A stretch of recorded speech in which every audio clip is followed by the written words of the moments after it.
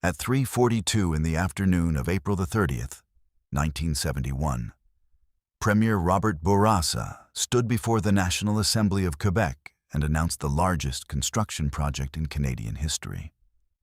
38 years old, in office for exactly 17 days. He was proposing to dam rivers that most Quebecers couldn't find on a map, flood an area larger than Lake Ontario, and build a hydroelectric complex that would cost more than the province's entire annual budget. The room went silent. Bourassa had numbers. The Grande River watershed, a vast network of waterways in northern Quebec that drained into James Bay, had an estimated hydroelectric potential of 13,300 megawatts. Quebec's total installed generating capacity in 1971 was 11,400 megawatts. He was proposing to more than double it. In the wilderness, 800 kilometers north of Montreal, in a region where winter temperatures dropped to -40, and there were no roads, no towns, no infrastructure of any kind. The opposition called it fantasy. The engineering community called it impossible. Bourassa had studied hydroelectric development at Oxford. He understood something that his critics didn't. Quebec was sitting on the largest untapped energy resource in North America. And doing nothing meant buying increasingly expensive oil, while rivers powerful enough to light entire cities poured uselessly into Hudson Bay. The James Bay project would eventually comprise 9 generating stations. It would require diverting 3 rivers into the La Grande watershed. It would create reservoirs covering 11,900 square kilometers. The main powerhouse at LG2 would be 2,835 meters long, with turbines buried 137 meters underground. But in April 1971, none of that existed. Just wilderness, rivers, and a premier who had convinced himself that impossible was just another engineering problem. Construction began in earnest in 1972. The first challenge wasn't dams or powerhouses. It was access. Hydro-Québec built a 620-kilometer highway from Matagami to the LG2 construction site, crossing 90 rivers and requiring 200 bridges.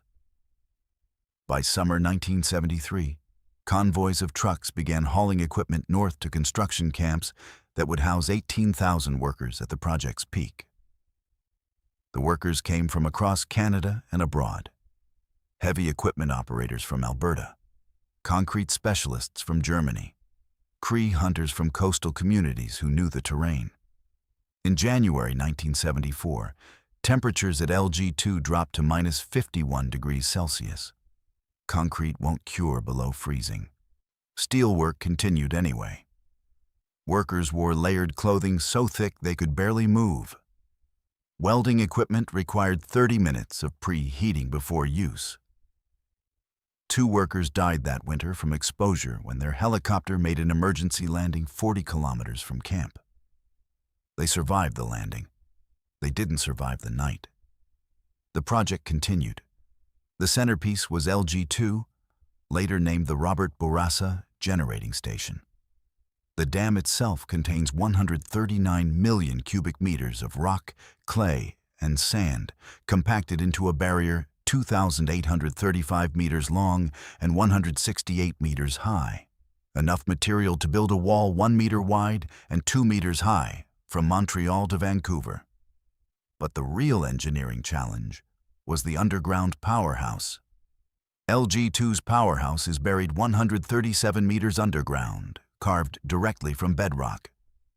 The main cavern is 461 meters long, thus 26 meters wide and 52 meters high, large enough to fit Montreal's Notre Dame Basilica inside. 16 turbine generator units sit in individual chambers, each producing 333 megawatts. Why underground? Ice and temperature swings destroy surface structures at northern latitudes. Burying the powerhouse 137 meters deep meant consistent year-round temperatures between 4 and 8 degrees Celsius. The excavation began in 1974. Workers drilled holes in predetermined patterns, packed them with explosives, and detonated in controlled sequences. Each blast removed approximately 1,500 cubic meters of rock. The precision required was extraordinary. Too small and the turbines wouldn't fit. Too large and the surrounding rock wouldn't provide adequate support. 3 workers died during excavation. Marcel Dubois, 34. Jean-Pierre Tremblay, 29. Robert Gagnon, 41. The project continued. If you want to see how Hydro-Québec engineered the largest hydroelectric complex in North American history across one of the harshest environments on Earth, please hit that like button. It helps us share more forgotten stories like this. And please subscribe if you haven't already. Back to James Bay. But powering Quebec meant flooding northern Quebec. The reservoirs would cover 11,900 square kilometers, drowning forests, submerging hunting grounds, and permanently altering river systems that the Cree and Inuit had depended on for thousands of years. In November 1972, the Grand Council of the Crees filed for an injunction to stop construction. They argued the land had never been ceded, that the project violated treaty rights. Quebec's Superior Court Justice Albert Malouf granted the injunction in April 1973, when construction stopped. For 6 days, the Quebec Court of Appeal overturned the decision. Construction resumed, but the legal challenge forced negotiation.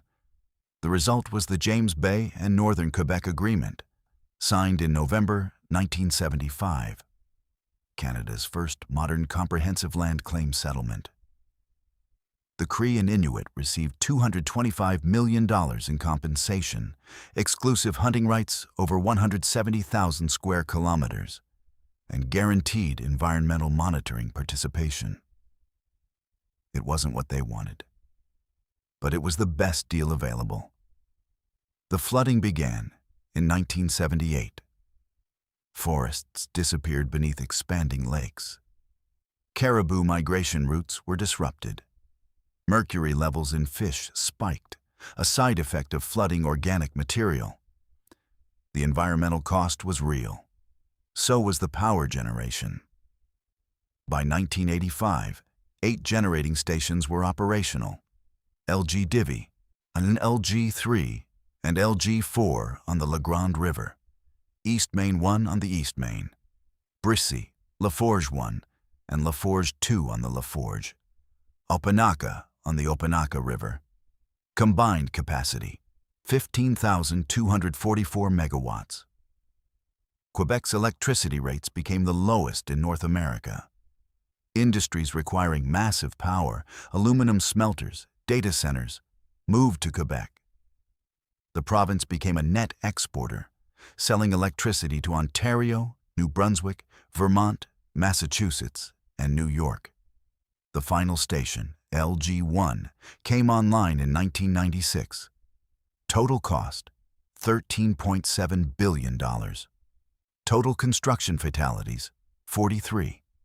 Total installed capacity, 16,527 megawatts. Today, the James Bay Complex supplies approximately 50% of Quebec's electricity. That's 8.3 million people, Quebec's entire population, plus exports to 4 million more in neighboring regions. And all of it depends on 9 generating stations operating normally. Hydroelectric dams don't fail often. But doesn't fail often is not can't fail. If the James Bay Complex experienced simultaneous failure, from earthquake, cyber attack, or cascading equipment failures during an extreme ice storm, the consequences would ripple across eastern North America. First, 8.3 million people would lose primary power. Montreal would go dark.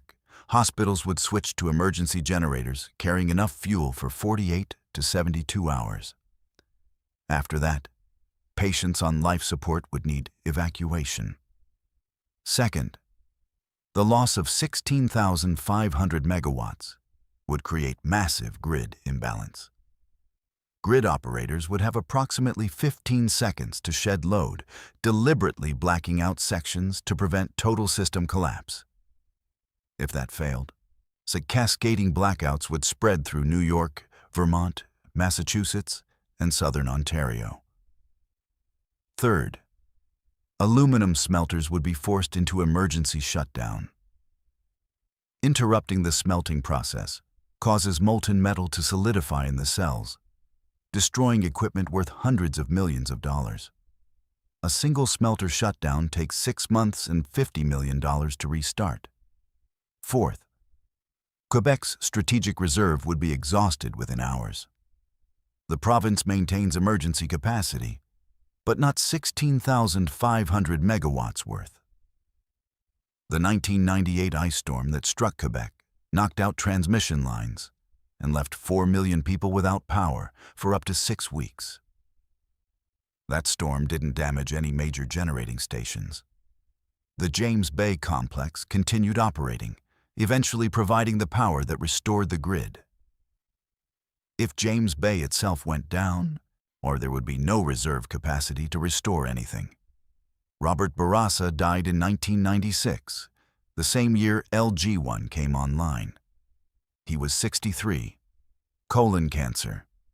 The generating station at LG2 was renamed the Robert Bourassa Generating Station in 1986. He attended the ceremony but gave no speech. Just shook hands with workers, walked through the underground powerhouse one more time, and left. Robert A. Boyd, the chief engineer, retired in 1987 after overseeing 6 of the 9 stations. He died in 2003 at age 84. His engineering notebooks, 146 volumes covering every aspect of James Bay, are archived at the Canadian Museum of History. The James Bay Complex has been operating for more than 25 years without major failure. Turbines have been refurbished, control systems upgraded, environmental monitoring continues. The reservoirs still cover 11,900 square kilometers. The Cree communities still live in the territory, still hunt, still fish, still remember what was lost. And every day, water from the La Grande watershed flows through intake tunnels, strikes turbine blades, spins generators, and sends 16,500 megawatts of electricity south to cities that couldn't exist without it. If this story moved you the way it moved us, do me a favor, hit that like button. Every single like tells YouTube to show this story to more people. Hit subscribe and turn on notifications. We're rescuing forgotten stories from dusty archives every single day. Stories about ambitious projects that reshaped geography. Real people, real engineering, real consequences. Drop a comment right now and tell us where you're watching from. Are you watching from the United States, United Kingdom, Canada, Australia? Our community stretches across the entire world. You're not just a viewer. You're part of keeping these memories alive. Tell us your location. Tell us if you've ever visited James Bay or worked on hydroelectric projects. Just let us know you're here. Thank you for watching, and thank you for making sure Robert Bourassa, Robert Boyd, and the 43 workers who died building this complex don't disappear into silence.